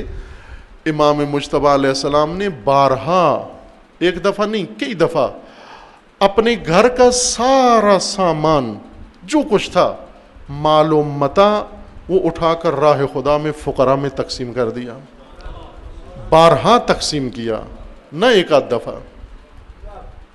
مقصد جب کوئی آتا ضرورت مند لینے کے لیے، ایک واقعہ ذکر کیا جاتا ہے کہ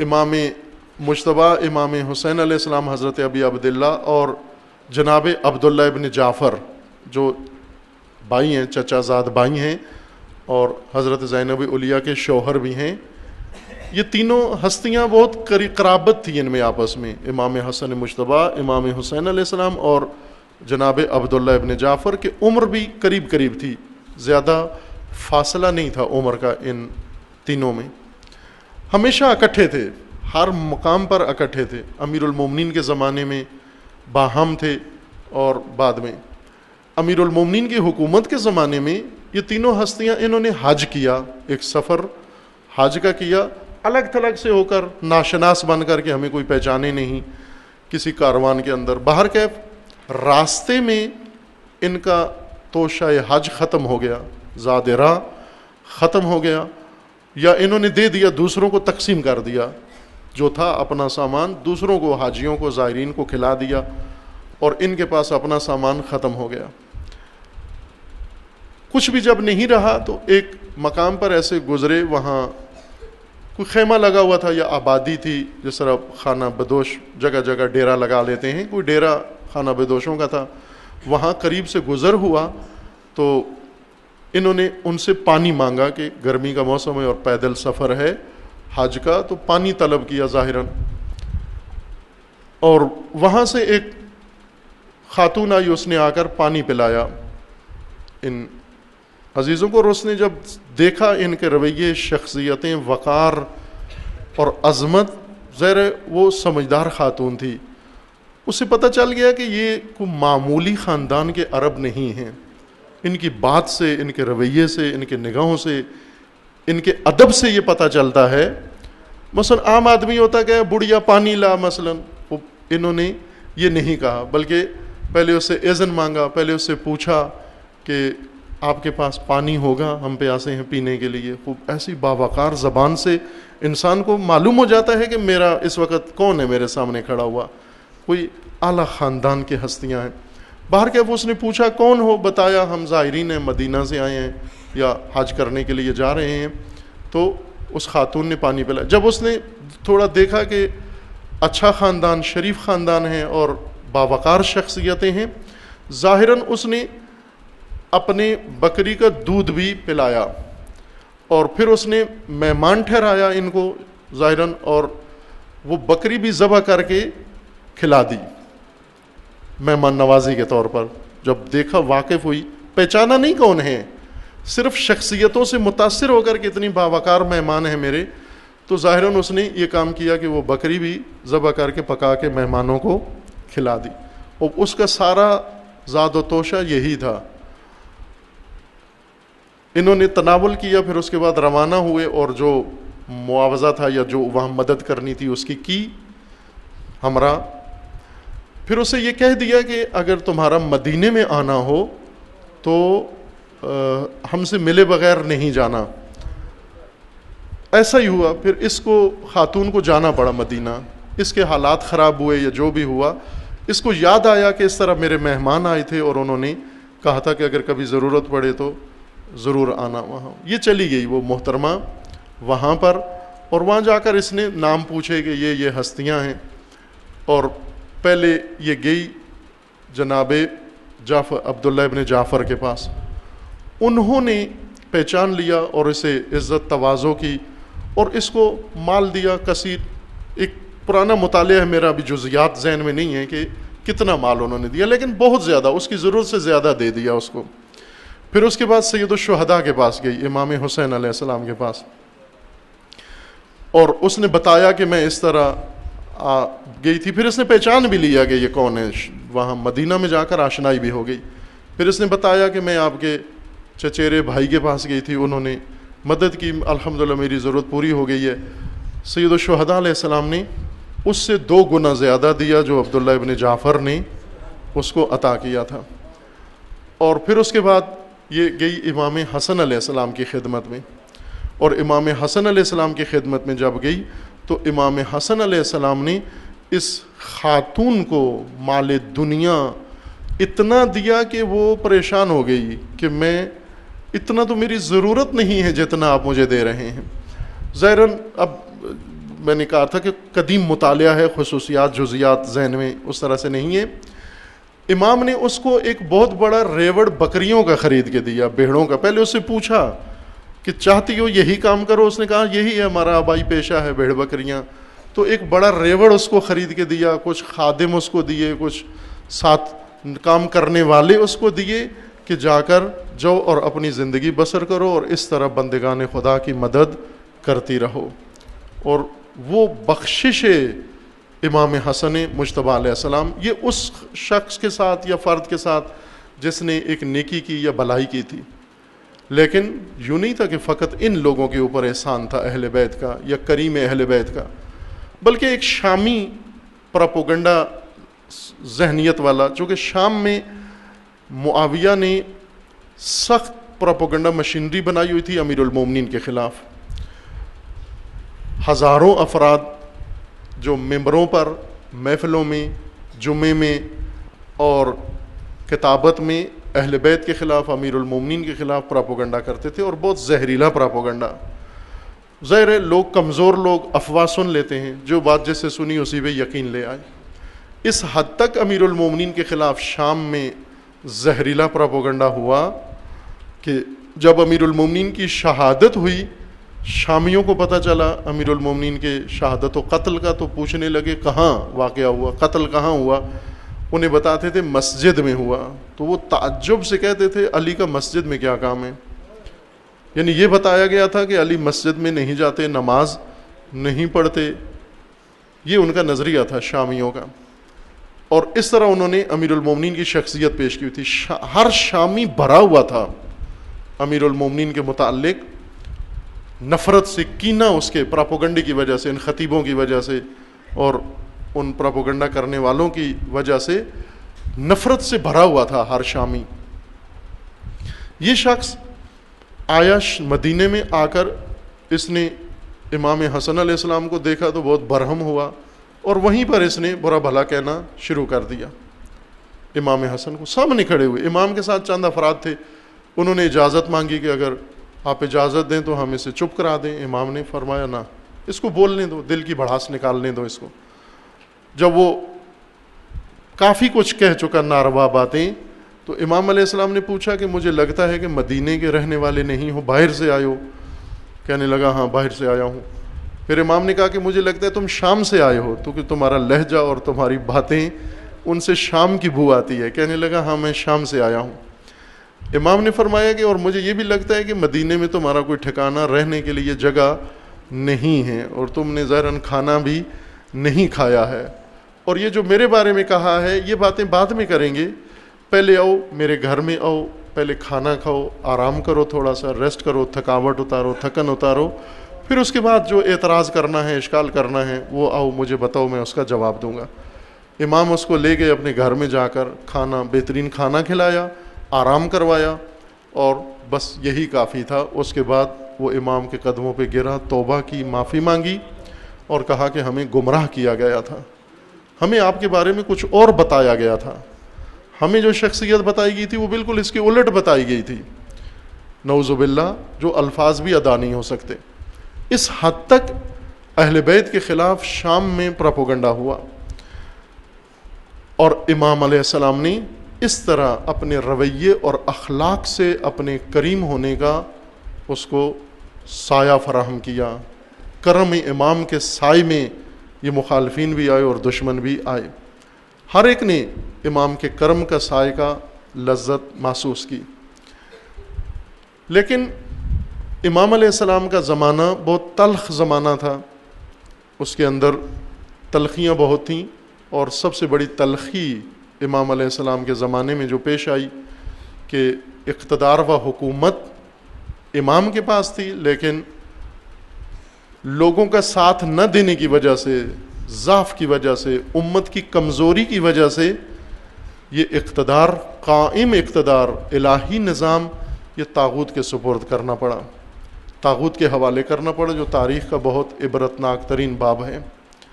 بظاہر آج مصنفین و اہل سخن و قلم اس صلح کو بہت مثبت رنگ دینے کی کوشش کرتے ہیں کہ یہ ایک بہت احسن قدم تھا اور بڑا اعلیٰ قدم تھا، اور اس میں جو نتیجہ امت کے حق میں نکلا یہ بہترین کام کیا گیا کہ امام نے جھگڑا مٹانے کے لیے اقتدار سے الگ ہو کر اور اپنے رقیب کے حوالے کر دیا۔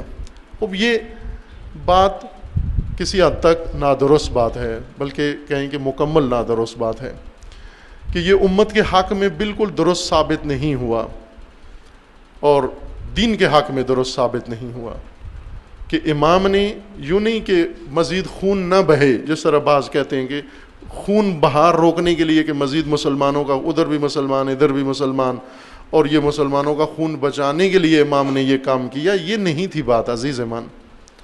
یہ ہماری طرف سے ایک اپنی توجیہ ہے، ایسی تعویل و توجیہ جس پر نہ امام راضی ہیں، اور امیر شام سے پوچھو تو وہ بھی راضی نہیں ہے اس بات پر کہ یہ توجیہ درست نہیں ہے جو آپ کہہ رہے ہو کہ مسلمانوں کا خون بچانے کے لیے یہ صلح کی اور آپس میں معاہدہ کیا اور معاملہ کیا اور امام نے اقتدار ان کے حوالے کر دیا۔ بلکہ اصل ماجرا یہ تھا کہ امام علیہ السلام کے ساتھ جو لوگ تھے، جو فوج تھی، جو حامی و ہمراہی تھے، یہ سست عناصر تھے، ان کے اندر مشکلات زیادہ تھیں۔ یہ امیر المومنین کی فوج تھی، اور امیر المومنین نے اس کے بارے میں نہج البلاغہ کے متعدد خطبوں میں بیان کیا ہے کہ یہ کون لوگ تھے۔ انہیں امیر المومنین نے خطاب کر کے کہا کہ تم وہ تیر ہو ٹوٹا ہوا جو کسی دشمن پر نہیں پھینکا جا سکتا، تشبیہ دی کہ تم وہ ٹوٹا ہوا تیر ہو جو کسی دشمن پر نہیں پھینکا جا سکتا۔ اور امام فرماتے ہیں علی علیہ السلام ان کے بارے میں کہ تم وہ پوسیدہ کپڑا ہو، پرانا پوسیدہ کپڑا ہو کہ جس کو ایک طرف سے سیتا ہوں دوسری طرف سے پھٹ جاتا ہے۔ اور تیسری تشبیہ امام نے انہیں یہ دی کہ تم اس اونٹوں کے ریوڑ کی طرح ہو کہ جس کو ایک طرف سے ہانک کے اکٹھا کرتا ہوں دوسری طرف سے منتشر ہو جاتا ہے، دوسری طرف سے یہ منتشر ہو کے بکھر جاتا ہے۔ اس قسم کی فوج علی علیہ السلام کے پاس تھی، جس وجہ سے فیصلہ کن جنگ اس وقت بھی نہیں ہو سکی ان کی سستی کی وجہ سے، اور خصوصاً جنگ صفین جس کے واقعات آپ جانتے ہیں کسی حد تک کہ امیر المومنین کی لشکر تقسیم ہو گیا، 12,000 لشکر امیر المومنین کا ساتھ چھوڑ کر امیر المومنین کے خلاف ہو گیا۔ معاویہ کے لشکر کے ایک چال چلی، نیزوں پہ قرآن اٹھایا، اور انہوں نے وہ چال نہیں سمجھی، امیر المومنین نے سمجھایا، انہوں نے امیر المومنین کا ساتھ چھوڑ کر امیر المومنین کے خلاف ہو گئے۔ باقی ماندہ لشکر ایسا تھا جسے امیر المومنین فرماتے ہیں کہ جب میں انہیں کہتا ہوں اٹھو کام تمام کریں، ادھورا کام مکمل کریں، تو یہ کہتے تھے گرمی ہے، اور جب گرمی گزر جاتی اور میں کہتا اٹھو قیام کرو تو یہ کہتے تھے اب سردی ہے۔ ٹال مٹول کرنے والے، لیتا و لیتا کرنے والے، کہتا و کہتا کرنے والے، ان کے بارے میں بخوبی علی علیہ السلام نے بیان کیا کہ ان لوگوں کے اندر سستی تھی، ضعف تھا۔ کیوں؟ یہ کسی زمانے میں بڑی بہترین فوج تھی جو امیر المومنین کے ساتھ تھی، یہی وہ پہلی فوج تھی جو خلیفہ دوم کے زمانے میں بنی، پھر خلیفہ سوم کے زمانے میں بھی یہ فوج رہی، اور امیر المومنین کے زمانے میں بھی یہ فوج تھی، یہی فوج تھی۔ اور اس میں کچھ دوسرے افراد بھی شامل ہوئے امیر المومنین کے زمانے میں۔ کیوں یہ فوج جو پہلے اتنی لڑتی تھی، جفاکش تھی، دلیر تھی، شجاع تھی، علاقے فتح کرتی تھی، فتوحات، اور آج اٹھنے کے لیے تیار نہیں ہیں؟ اس لیے کہ ان فتوحات کے اندر انہیں بیت المال ملا، فراوان، بہت بیت المال ملا، بڑی بڑی زمینوں کا خراج ان تک پہنچتا تھا، اور اب یہ بیت المال کھانے کے چکر میں ہو گئے سارے۔ انہوں نے اپنی پراپرٹی بنا لی، انہوں نے اپنے استبل بنا لیے، انہوں نے بڑے بڑے کھیت اور باغات لگا لیے، فارم بنا لیے، زرعی فارم بنا لیے، اور ہر ایک کی کئی شادیاں تھیں، حرم سرا بنا لیے انہوں نے، اب یہی فوج ان مشکلات کا شکار ہو گئی. اس وجہ سے امیر المومنین نے جب انہیں قیام کا حکم دیا قیام کے لیے تیار نہیں ہوتے تھے, بلکہ امیر المومنین فرماتے ہیں کہ ایک دفعہ میں نے ان کو بلایا نبرد کے لیے. پہلے طعنے دیتے تھے امیر المومنین کو کہ قیام کیوں نہیں کرتے. جب امیر المومنین نے قیام کیا تو حضرت فرماتے ہیں کہ ان میں سے ایک جنید میری طرف آئے. جنید جند کی تصغیر ہے, یعنی چھوٹی سی ٹولی, ایک کمزور سی ٹولی آئی ہے ان کی کہ ہم آپ کا ساتھ دینے کے لیے تیار ہیں. کوئی بھی تیار نہیں ہوا. ایک جنید میری طرف آیا. جنید یعنی چھوٹی سی سپاہ, چھوٹی سی ٹولی, ضعیف کمزور, یہ آئے کہ ہم آپ کا ساتھ دینے کے لیے تیار ہیں. اور وہ بھی کبھی گرمی کا بہانہ, کبھی سردی کا بہانہ. یہ فوج وراثت میں امام حسن علیہ السلام کو مل گئی. مقابلے میں مکر, فریب, دھوکہ, اور ادھر سستی, بدعہدی اور وفا شکنی. آپ توجہ کریں امام حسن علیہ السلام کے زمانے کے حالات کی طرف. امام کی فوج کا سپہ سالار اعلیٰ عبید اللہ ابن عباس ہیں. عبداللہ ابن عباس کے چھوٹے بھائی اور امام حسن کے چچا زاد عبداللہ ابن عباس ابن عبد المطلب کے بیٹے. عبید اللہ کو امیر المومنین کے زمانے میں یہ یمن کے والی تھے اور امام حسن کے زمانے میں یہ فوج کے کمانڈر ان چیف تھے. انہیں امام نے کمانڈر ان چیف بنایا اور لشکر تیار کر کے دیا کہ جاؤ معاویہ شام کے ساتھ جنگ کرنے کے لیے, فیصلہ کن جنگ کرنے کے لیے وہاں تم یہ دستہ لے کے جاؤ. ظاہراً 30,000 یا اس سے زیادہ فوج لے کر یہ شخص وہاں پہنچا. باقی ماندہ فوج کو امام نے کوفہ میں جمع کرنا شروع کیا کہ ہم جاتے ہیں اور جا کر آخری نبرد کرتے ہیں. اب توجہ فرمائیں اس اسنا میں ہوا کیا. جو فوج عبید اللہ کمانڈر ان چیف لے کے گیا, جو ہی یہ وہاں پہنچے بارڈر پر, شام کی طرف سے وفد آیا اور انہوں نے کمانڈر ان چیف سے مذاکرات کیے. اور اس مذاکرات میں کمانڈر ان چیف کو, امام حسن کے کمانڈر ان چیف کو کہا کہ آپ کو 3 وعدے دیتے ہیں ہم. ایک یہ کہ آپ معاویہ کا ساتھ دو, امام حسن کا ساتھ چھوڑ دو اپنی فوج سمیت. ہم آپ کو خوبصورت عورت دیں گے, شام کی سب سے خوبصورت عورت. شامی عورتیں, لبنانی عورتیں, یہ سارا شام تھا. شام, لبنان, اردن, یہ سارا شام کہلاتا تھا. شام کے لوگ عربوں میں زیادہ خوبصورت ہوتے ہیں, اور آج کل بھی عرب شامیوں کے اور لبنانیوں کے زیادہ خواہاں ہوتے ہیں. اس وقت بھی ایک عرب کے لیے بڑی بشارت حور ہوتی تھی کہ اگر اسے کہے شامی عورت سے تیری شادی ہوگی. انہیں کہا کہ شامی خوبصورت عورت سے آپ کی شادی ہوگی. دوسری کہا کہ لاکھوں دینار, یہ لکھا ہے تاریخ کے اندر, عدد میرے ذہن میں نہیں رہا, بہت بڑا اماؤنٹ انہوں نے کہا کہ یہ آپ کے لیے تیار ہے. آدھا یہ لے لو تھیلیاں سونے کی اشرفیاں, سکے, اور آدھا جب آپ وہاں جاؤ گے شامی لشکر میں وہاں ملے گا. اور تیسرا وعدہ یہ ہے کہ آپ امام حسن کے لشکر کو چھوڑو, اس لشکر کو لے کر ادھر آ جاؤ, آپ کو معاویہ کی فوج کا کمانڈر ان چیف بنائیں گے, چونکہ آئندہ حکومت ان کی ہے, اور ادھر چلے گا سلسلہ اور آپ اس فوج کے کمانڈر ان چیف بنو گے. اب یہ 3 وعدے سن کر یہ کمانڈر ان چیف فوج سمیت شامی لشکر سے جا ملا, پوری فوج لے کر. اب توجہ فرمائی کیا بچانے کے لیے امام نے, آیا مسلمانوں کا خون بچانے کے لیے صلح کی. دوسرا لشکر جو پیچھے امام خود تیار کر رہے تھے, انہیں یہ خبر ملی کہ عبید اللہ اپنی فوج سمیت شام سے مل گیا ہے رشوت لے کر.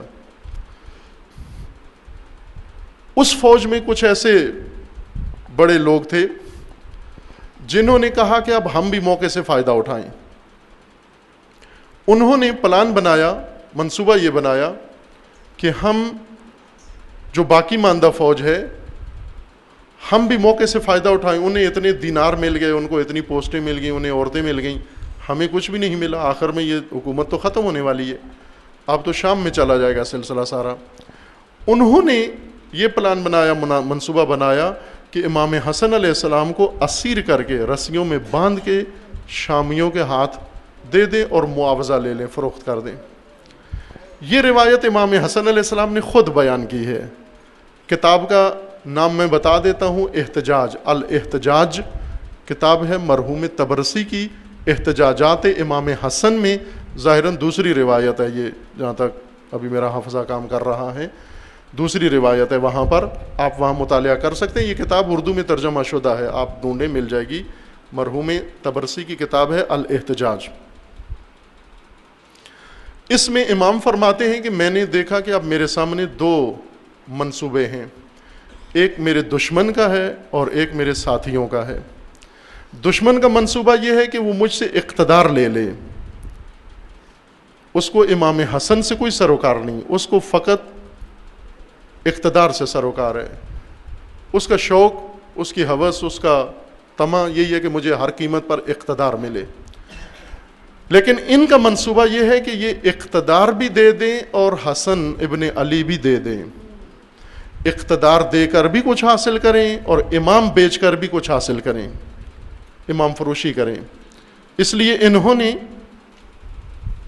انہوں نے یہ کام کیا، منصوبہ بنایا، اور یہ جنہوں نے منصوبہ بنایا اتفاق سے تاریخ میں ان کے نام بڑے جلی لکھے ہوئے ہیں، تاریخ کی کتابوں میں، ممبر پہ نہیں بیان ہوتے چونکہ اہل ممبر پڑھتے نہیں ہیں کتابیں، تاریخ کی کتابوں میں ہیں، اور چند سال سے میں مسلسل بیان کر رہا ہوں آپ عزیزوں مومنین جوانوں کو کہ تاریخ پڑھ کے وہ نام ڈھونڈیں، وہ کون تھے جن کے بارے میں امام حسن فرماتے ہیں کہ انہوں نے میرے بارے میں یہ منصوبہ بنایا تھا کہ مجھے اسیر کریں، گرفتار کریں اور شامیوں کے ہاتھ اسیر دے کر اور اس کا معاوضہ لے لیں۔ یہ تاریخ میں جلی نام ہیں، مطالعہ کریں اور جواب ڈھونڈیں وہ کون لوگ تھے، وہ پوچھیں نہیں۔ اب مجلس کے بعد اس کے نماز کے بعد میرے پاس نہ آ جائیں وہ کون ہیں، اگر مجھے بتانا ہوتا تو میں بھی بتا دیتا آپ کو۔ آپ نے مطالعہ کرنا ہے، اس کو ڈھونڈنا ہے، تلاش کریں، پڑھیں، مستند کتابوں میں ذکر موجود ہے، بڑی شخصیات ہیں، انہوں نے یہ منصوبہ بنایا۔ امام فرماتے ہیں کہ میں نے اب دیکھا کہ ایک میرے دشمن کا منصوبہ ہے، ایک میرے ساتھیوں کا منصوبہ ہے، دونوں ناگوار ہیں، لیکن ساتھیوں کے منصوبے میں ذلت زیادہ ہے اور ہم ذلت قبول نہیں کرتے۔ اس لیے امام نے فرمایا کہ میں نے اقتدار دے دیا لیکن عزت بچا لی، عزت بچا لی، اور اہل بیت کی حرمت بچا لی، خاندان رسول کی حرمت بچا لی۔ اللہ تعالیٰ نے جو اس خاندان کے لیے عزت احترام رکھا تھا وہ میں نے بچا لیا، چونکہ ان کے منصوبے میں وہ احترام ختم ہو رہا تھا، وہ ذلت امیز منصوبہ تھا ان کا جس کو امام نے ناکام بنایا۔ خوب توجہ فرمائیں، ان حالات میں امام علیہ السلام نے آخرکار اقتدار منتقل کر دیا معاہدے کے تحت، جبکہ معلوم تھا کہ کس کو منتقل کر رہے ہیں۔ بانی و باعث کون ہیں؟ سست ساتھی، بے وفا ساتھی، بد عہد ساتھی، عہد شکن ساتھی، ناقابل اعتماد و ناقابل اعتبار ساتھی۔ عزیزان، یہ امامت کا المیہ رہا ہے، اس وقت سے لے کر آج تک۔ امام حسن سے طاغوتوں نے اقتدار لے لیا، کس وجہ سے لیا؟ کہ امامت کا بازو موجود نہیں تھا۔ امامت ایک پیکر ہے، نظام ہے جس کا بازو چاہیے۔ آپ پڑھتے ہیں نا کہ علی ید اللہ ہیں، علی اللہ کا ہاتھ ہیں، علی رسول اللہ کا بازو ہیں۔ جب بازو قوی ہو رسول اللہ کو غلبہ حاصل ہے، چونکہ جنگ و نبرد بازوؤں سے ہوتی ہے۔ اگر بازو کٹ جائیں پھر کچھ بھی نہیں ہوتا۔ جب علی کو ضرورت پڑی بازوؤں کی، جب رسول اللہ کو بازو چاہیے تھا، علی بازو تھے، اور ایسا بازو جس کو ید اللہ کہا گیا۔ لیکن جب علی کو بازو ضرورت پڑی تو کوئی بھی بازو بننے کے لیے تیار نہیں ہوا۔ علی علیہ السلام نہج البلاغہ میں فرماتے ہیں رسول اللہ کے بعد میں نے جائزہ لیا، میں نے دیکھا کہ میں اپنے کٹے ہوئے اور بندھے ہوئے ہاتھوں سے کیا کر سکتا ہوں، یعنی ہاتھ ہی نہیں ہے، بازو نہیں ہے میرے۔ بازو سے مراد امت، امامت کا بازو امت ہے۔ عزیز من، اے مومن، امامت کا بازو امت ہے۔ امامت کا اگر بازو نہ ہو، امام صدیوں سے منتظر رہتا ہے اور طاغوت حکومت کرتے ہیں۔ امام حسن کا بازو نہیں تھا، بازو یعنی امت تیار نہیں تھی، اور اس وقت سے یہ بازو کٹا اور آج تک یہ بازو امامت کے ساتھ جڑا نہیں دوبارہ۔ اس دن امامت کا نظام غالب آئے گا، اس دن امامت کا نظام نافذ ہوگا جس دن امامت کو امام کا بازو مل گیا، اور اس بازو کا نام ہے امت۔ کیوں 1200 سال سے امام پردہ غیبت میں ہیں؟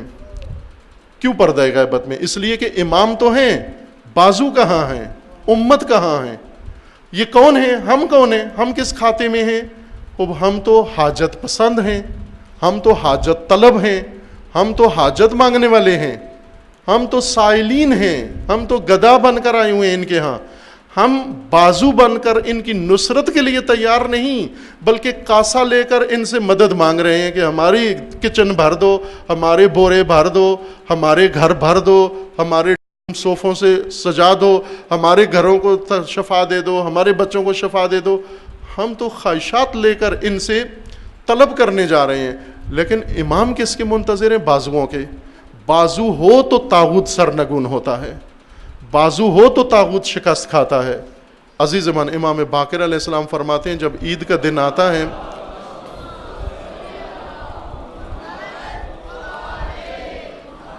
جب عید کا دن آتا ہے ہمارا غم تازہ ہو جاتا ہے عید کے دن۔ لیکن کون سا غم؟ نہ کربلا کا غم اور عزاداری۔ عید کے دن امام عزاداری نہیں کرتے تھے، کسی امام نے عید کے دن عزاداری نہیں کی، عید کے دن عید گزارتے۔ لیکن امام باقر فرماتے میں غمگین ہوتا ہوں، غم زدہ ہوتا ہوں عید کے دن۔ ساتھی نے پوچھا، صحابی نے، کیوں غمگین ہو جاتے ہیں، کیوں غم زدہ ہو جاتے ہیں؟ امام فرماتے ہیں کہ جس طرح جمعے کا دن امام مسلمین کا دن ہے، عید کا دن بھی خدا نے امام مسلمین کے لیے بنایا ہے، اور جب امام کا دن آتا ہے، وہ امام مسلمین کا دن آتا ہے کہ امت کو خطاب کرے، اس دن میں دیکھتا ہوں کہ مسند امامت و حکومت پر طاغوت بیٹھا ہوا ہے، اس دن میرا دل بجھ جاتا ہے، اس دن میرے دل میں شدید غم آ جاتا ہے۔ خوب یہ حسرت ہے ائمہ کی۔ اب آپ توجہ کریں کہ 1200 سال سے یہ فرزند زہرا، ان کے دل پر کیا گزر رہی ہوگی؟ کتنے طاغوت ہیں، اور وہ دیکھ رہے ہیں یہ عید بھی آئی اور گزر گئی، اور مسند پہ طاغوت بیٹھا ہوا ہے۔ کیوں بیٹھا ہوا ہے؟ امامت کو بازو کی ضرورت ہے، امام کو بازوؤں کی ضرورت ہے۔ جب رسول اللہ کو بازو چاہیے تھا تو علی بازو تھے، لیکن جب علی کو بازو چاہیے تھا امت بازو نہیں بنی۔ یہ فریضہ ہے، وہ وظیفہ ہے۔ امام حسن کی حسرت ہے، امام حسن کے ساتھ جو کچھ ہوا اس کی تلافی یہ ہے کہ امامت کا بازو بنو، امت بنو، اور امت بن کر امام کے تابع رہو اور امام کے تابع فرمان رہو، تاکہ امام کے دل کا یہ بوجھ ہلکا ہو جائے، غم ہلکا ہو جائے۔ طاغوت اس مسند کے لیے سزاوار نہیں، لائق نہیں۔ طاغوت سے یہ مسند لو، یہ مسند بنائی ہے خدا نے فقط امام کے لیے، اور ہدایت کا نظام اللہ نے امامت کا بنایا ہے۔ امام حسن علیہ السلام کی زندگی کے اور بہت سارے پہلو ہیں کہ ظاہر ہے یہاں خطبہ کا وقت نہیں رہا باقی۔ ابھی آخری موضوع جو میں عرض کرتا ہوں آپ کی خدمت میں، وہ یہ کہ آئندہ ہفتہ، ویسے تو اعلان کیا گیا ہے کہ جمعۃ الوداع، آخری جمعہ پاکستان کی تاریخ کے مطابق 29 کو ظاہراً جمعہ بنتا ہے، 29 رمضان المبارک کو، لیکن بعض دیگر ممالک میں جیسے ایران میں اور دیگر ممالک میں ہیں، وہاں 30 رمضان ہوگی، ہمارے ہاں 29 ہوگی، ان کے ہاں 30 ہوگی، اور 30 کو احتمال ہے کہ عید ہو اس جمعے کو بعض ممالک میں۔ اس وجہ سے اعلان کیا رہبر معظم اور ان کے دفتر نے کہ روز قدس، یوم قدس، اس سے پہلے جمعے کو ہوگا، یعنی 22 رمضان جو ہمارے افق کے مطابق 22 رمضان ہیں۔ خوب یہ ایک فریضہ ہے، اس کے متعلق میں انشاءاللہ عرض کروں گا، اگر توفیق ہوئی اللہ تعالیٰ نے اسی روز جمعے کے اندر عرض کروں گا، یا اس سے پہلے ممکن ہے بعض مطالب کسی اور جگہ بیان ہو جائیں، لیکن آپ متوجہ رہیں انشاءاللہ کہ وہ دن بہت اہم دن ہے، اور یوم قدس ہے، اور جمعہ آخری ماہ مبارک رمضان کا تمام مومنین نے، تمام خواتین نے، بچوں نے، بڑوں نے، سب نے اس میں اپنا یہ الہی فریضہ انجام دینا ہے جو امام رضوان اللہ تعالیٰ علیہ نے متعین کیا امت کے لیے۔ اور اگر امت اس طرح بازو بنے تو انشاءاللہ تمام مقدسات دین محفوظ ہو جائیں گے، آزاد ہو جائیں گے، کربلا و نجف بھی محفوظ ہو جائیں گے۔ یہ روز قدس فقط نام قدس کا ہے، لیکن قدس کا مطلب یہ ہے کہ ہر مقدس جگہ کے تحفظ کے لیے اظہار وجود کا نام روز قدس ہے یہ. اور اس وقت اس سال خصوصاً بہت اہمیت ہے اس کی کہ آپ کو معلوم ہے کہ تمام مقدسات، تمام مقامات مقدسہ محاصرے میں ہیں. قدس آزاد نہیں ہوا تو صہیونسٹ بڑھ کر کربلا تک آ پہنچے ہیں، نجف تک آ پہنچے ہیں. اور ابھی انہوں نے اعلان کیا ہے، باقاعدہ اعلان کیا ہے کہ ہم یعنی مشہد پہنچنے کا ڈیٹ دی ہے باقاعدہ انہوں نے کہ ہم فلاں تاریخ کو مشہد میں آئیں گے. اور پھر آگے جو انہوں نے اعلان کیا وہ میں نہیں دہرا سکتا، وہ سخت ہے، وہ ظاہر ہے وہ تکفیری لشکر، فتنہ باز لشکر ہے، انہوں نے اعلان کیا. لیکن عزیز من، اگر نہ روکا گیا یہ سلسلہ تو پھر سب کچھ ممکن ہے. قدس آزاد نہ ہوا تو پھر مکہ بھی اسیر ہو جائے گا، پھر کربلا و نجف بھی خطرے میں ہے، پھر مشہد بھی خطرے میں ہے، پھر ہر مقدسات خطرے میں ہیں. اس لیے اس دن آپ نے تمام مقدسات کا دفاع کرنا ہے، اس تقوی کی وجہ سے، اس تقوی کی بدولت جو رمضان میں آپ کے اندر پیدا ہوا ہے. انسان کے تقوی کا امتحان ہے آخری جمعہ ماہ مبارک رمضان کا، کہ انشاءاللہ اس کی بیشتر تفصیل اسی میں عرض کی جائے گی. اور سب مومنین انشاءاللہ اپنے آپ کو آمادہ رکھیں اس روز کے لیے اور اس روز کے اپنے فریضے کو ادا کرنے کے لیے. گرمی ہے، سختی ہے، سب کچھ ہے، لیکن جب ضرورت پڑتی ہے تو پھر چھٹی نہیں لینی، بلکہ وہاں پر لبیک کہنے کا دن ہے. جس دن لبیک کہنا ہے لبیک کہیں. اس وقت شاید ہمارے امام کو یہ باور ہو جائے کہ میرے بازو موجود ہیں ابھی، یوں نہیں کہ میں بے دست و بازو ہوں. اور شاید پھر ایک رمضان ایسا آ جائے کہ جس میں ہم اس محرومیت و یتیمی سے باہر آ جائیں اور ہماری آنکھیں منور ہوں اس نازنین کے چہرہ انور کی زیارت سے. عزیز من، یہ آپ کا وجود، آپ کا حضور یہ کام باور دلا سکتا ہے. دعا کرتے ہیں خداوند تبارک و تعالیٰ کی بارگاہ میں، پروردگارہ بحق محمد و آل محمد تمام مسلمین کو ظلم و ستم سے نجات عطا فرما، تمام عالم اسلام کو فتنوں سے رہائی عطا فرما، ان ظالمین کو ظلم سمیت نیست و نابود فرما، فتنہ گروں کو فتنوں سمیت نیست و نابود فرما، مقامات مقدسہ کی حفاظت فرما، قدس کو صہیونسٹوں کے چنگل سے آزادی عطا فرما، فتنہ تکفیریت کو نیست و نابود فرما، ان کے حامیوں بانیوں کو رسوا فرما، حزب اللہ کو کامیابی عطا فرما، سید مقاومت سید حسن نصر اللہ کی حفاظت فرما، رہبر معظم انقلاب اسلامی کا سایہ دراز فرما، انقلاب اسلامی کو دشمنوں کے شر سے محفوظ فرما، مملکت پاکستان کی حفاظت فرما، اس ملک کو اندرونی بیرونی دشمنوں کے شر سے محفوظ فرما، ملک کے اندر امن و امان قائم فرما. خدا بندہ بحق محمد و آل محمد پیروان امیر المومنین جہاں کہیں بھی ہیں ان کے عزت و مال و جان و ناموس کی حفاظت فرما. خدا بندہ ان ایام مبارکہ میں آنے والے ایام جن میں لیالی قدر ہیں اور جن میں احیاء ہے، پروردگارہ ہم سب کو حق کے تقوی ادا کرنے کی توفیق عطا فرما. پروردگارہ ایام شہادت امیر المومنین درپیش ہیں، خدا بندہ ان ایام کے اندر تمام عزاداروں کی حفاظت فرما، تمام مراکز عزا کی حفاظت فرما. خدا بندہ بحق محمد و آل محمد اپنے ولی حق ولی اللہ العظم اجل اللہ تعالی فرج و شریف کا جلد از جلد ظہور فرما، ہمیں حضرت کے اعوان و انصار میں سے ہونے کی توفیق عنایت فرما. اعوذ باللہ من الشیطان الرجیم، بسم اللہ الرحمن الرحیم. قل هو اللہ احد اللہ الصمد لم یلد ولم یولد ولم یکن لہ کفوا احد. صدق اللہ العلی.